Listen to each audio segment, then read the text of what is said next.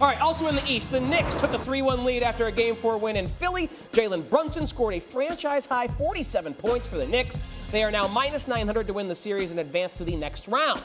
Here's Philadelphia star Joel Embiid after the game sharing his feelings about the home court advantage his team had. Disappointing. I love our fans.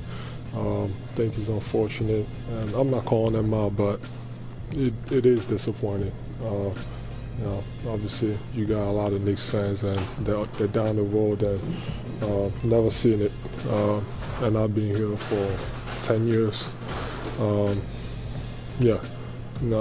Kind of pisses me off. Who wants to start? Well, I mean, first off, this has nothing to do with gambling. This is a trick to get this into the show to see if Dolan and I will get Would have a major freak out. You're on to our tricks, huh? Blood pressure, come up. As everyone can notice, I'm wearing my Knicks blue today. Nobody roots for the Knicks harder than I do. Nobody.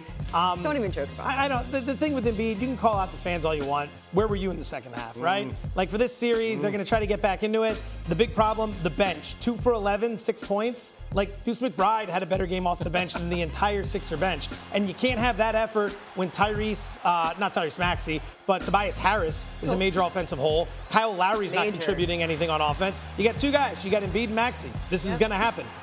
I mean, Embiid played the entire second half of that game.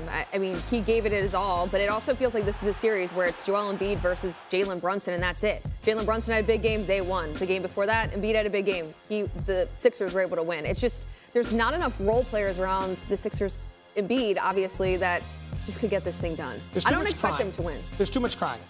You're not going to win a series when you're crying. That's all they do. They've been crying every game.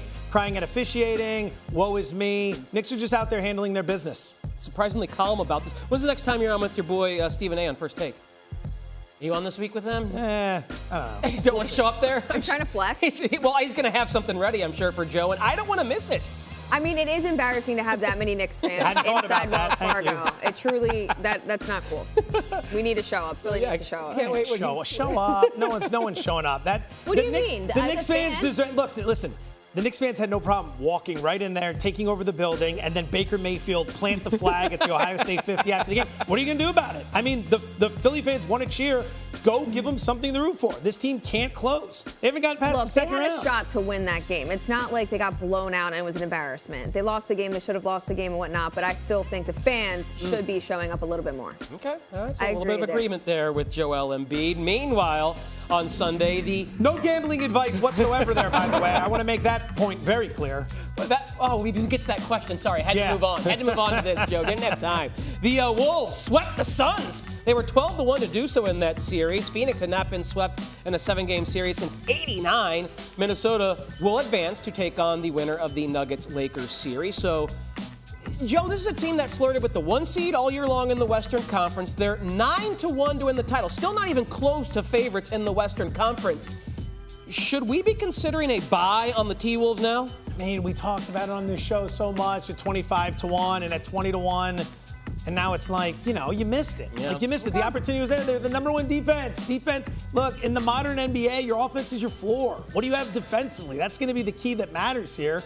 So all this time, 25-1 sitting out there, 20-1 sitting out there. If you didn't want to play it, now you're looking at this. Just know 9-1 converts to 10%. You might think, all right, they got a better than 10% chance of winning it, which I believe they do, not by much, but you are going to draw Denver in the next round. So keep that in mind. You're going right into Denver. You want to bet to make OKC's 9-1. They're going to get the winner of the Clippers, who are probably going to be without Kawhi Leonard, and the Mavericks, who haven't been as great as everyone thinks they're going to be in the playoffs. And that series has at least 2 more games. Thunder could wrap it up tonight. So I think that's the better bet at this point in time. I think you can still bet on Minnesota at this price, but of course you should have tuned into ESPN BET Live. You would have gotten a better price a couple weeks ago. But nonetheless, I do really think they have a shot. I mean, if they get through the Denver Nuggets, they could go on and win the West easily and then go on. I mean, Boston Celtics could eventually, I believe they come out of the East, falter a little bit. We know how they're up and down. So not the worst price. They split the series, Minnesota did, with Denver during the regular season, 2-2. They did win a game in Denver, which is important because Denver would host if these two get together.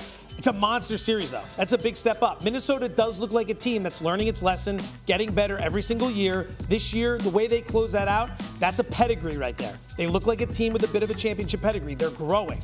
That Denver series, though, is just voracious is the word I want to use, but Anthony that does not Edwards feel like the word. Is serious. Voracious, I think you can almost make it work there. If you say it with confidence, yes, and then exactly. don't revisit the fact it. that you didn't do it, but if you it's a voracious series, I would have believed big mess. I would have believed you. Listen, the T-Wolves last year played the Nuggets harder than anyone that they did on their path to a championship. It went 6 games in the first round. They match up well with Denver. And I'll say this, what if the series doesn't end for Denver tonight? What if they go 6 or 7 games with the Lakers? I know we didn't get the best price on the Timberwolves, but it still may be shrinking depending on what happens tonight in Denver. Again, if that goes to 6 or 7, I don't think 9-1 is going to be there when that series ultimately starts, whether it is against Denver or LA. So, is that Murray calf strain going to linger throughout the rest of the postseason? Because that's something to account for as well.